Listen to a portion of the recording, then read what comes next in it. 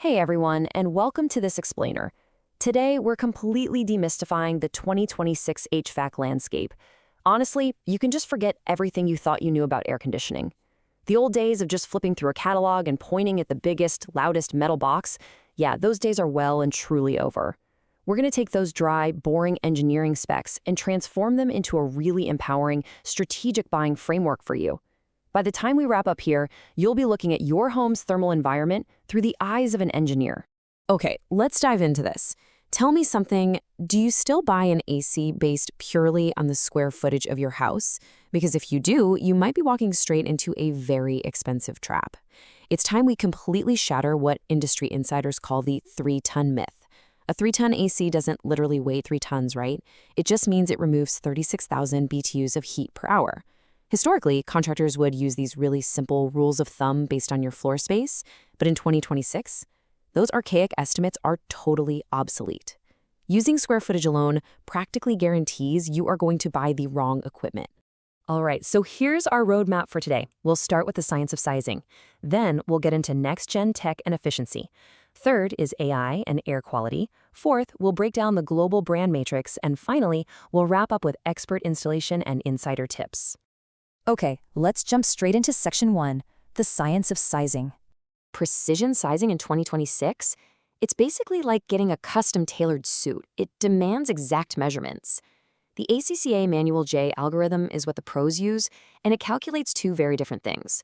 First, you've got the sensible heat load. This is your straightforward temperature drop.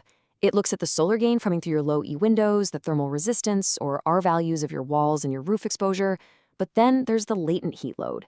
This is the hidden energy required to extract moisture from the air, and it's heavily influenced by your local climate and, surprisingly, how many people are actually in the house. We're even measuring infiltration rates now using blower door tests to see exactly how much air your space leaks. It's a highly algorithmic approach. So the crucial point is really this. Bigger is absolutely not better when we're dealing with thermodynamics. If you oversize your unit, you run into what's called short cycling. Basically, the compressor turns on, rapidly blasts the air with cold, and then immediately shuts off before it even has a chance to pull the humidity out of the space. So it leaves your house feeling cold, sure, but really uncomfortably clammy. Plus, it accelerates the wear and tear on the machine. Manual J sizing, on the other hand, ensures the system runs continuously and precisely. It matches the load perfectly for ultimate thermal comfort. And getting that sizing perfectly right feeds directly into the crazy new efficiency standards we're seeing in 2026. Look at that massive number. Premium inverter models are now hitting upwards of 30 SEER 3. For context, SEER 3 is the latest seasonal energy efficiency ratio, and the testing for real-world static pressures is much stricter now. These units are mastering part-load cooling efficiency, and they're also putting out incredible heating seasonal performance factor, or HSPF2 ratings that push well beyond 13.0. It's an absolute game-changer for your energy consumption. Moving right along to Section 2, next-gen tech and efficiency.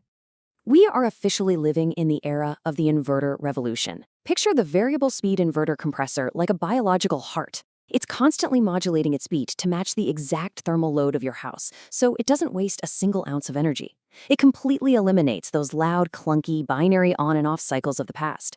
It actually uses pulse width modulation, basically microbursts of electricity, to make microscopic rotational adjustments. We're talking twin rotary compressors that cancel out their own vibrational harmonics. They're whisper quiet, like down to 19 decibels indoors. And with enhanced vapor injection, or EVI, these heat pumps can pull thermal energy from the outside air even when it is negative 30 degrees Celsius. It essentially makes your auxiliary electric heating completely obsolete. Now, what's really interesting about this is the massive drop you see here. Driven by new global regulations, the industry is aggressively phasing out the old R-410A refrigerant. Why? Because its global warming potential, or GWP, is astronomical, over 2,000. So for 2026, we've transitioned to mildly flammable HUL refrigerants. The industry basically split down two different paths. You have R-32, which is heavily favored by the Asian markets because it has incredible volumetric cooling capacity. And then you have R-454B, championed mostly by American manufacturers as a direct drop-in replacement, and it boasts a staggeringly low GWP of just 466. All right, let's shift gears to Section 3, AI and air quality. Okay, this is where things feel like straight out of a sci-fi movie. The indoor units now come packed with high-res infrared sensors that actually dynamically map the thermal signatures of the people in the room. This predictive AI acts like the system's nervous system. It analyzes the room to preemptively direct airflow right where it's needed, or it can intelligently divert it away so you don't get hit with uncomfortable drafts. And it doesn't stop there. Using OpenADR, which are automated demand response protocols, these systems can literally talk to municipal smart grids.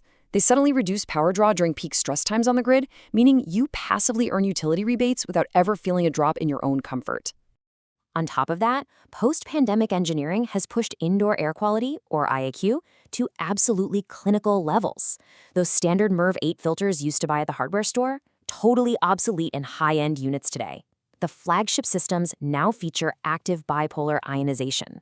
This releases charged ions that literally clump fine particulate matter together and rupture the protein shells of airborne pathogens. Combine that with integrated medical-grade UVC LED arrays that constantly sterilize the evaporator coil, and you are actively preventing mold from growing before it even has a chance to start. Next up, Section 4, the Global Brand Matrix. And this brilliantly illustrates how the entire HVAC market is distinctly segmented by geography. Understanding this matrix is absolutely crucial. You want to select a system that is perfectly tailored to your specific architectural and climatic demands, right? Not just buy whatever brand happens to be on sale that week. Let's break this down a bit. First, you have the Asian vanguard, brands like Daikin, Mitsubishi, Panasonic, and LG. They are the undisputed masters of ductless and variable refrigerant flow, or VRF systems. Their superpower? Clinical quietness, incredibly extreme cold climate heating, like Mitsubishi's H2i tech, and perfectly targeted zoning. Then, looking at the Americas, you've got Carrier, Trane, and Lennox. These are the absolute behemoths of centralized ducted systems. If you've got a huge single-family home with existing ductwork, these systems give you massive static pressure and heavy-duty durability. Think Trane's all-aluminum spine fin coils that are literally designed to fight off coastal salt corrosion. Finally, the European approach, led by Bosch and Siemens. They specialize in air-to-water heat pumps and hydronic integration. They are the go-to masters if you want a radiant floor heating setup and strictly adhere to eco-compliance.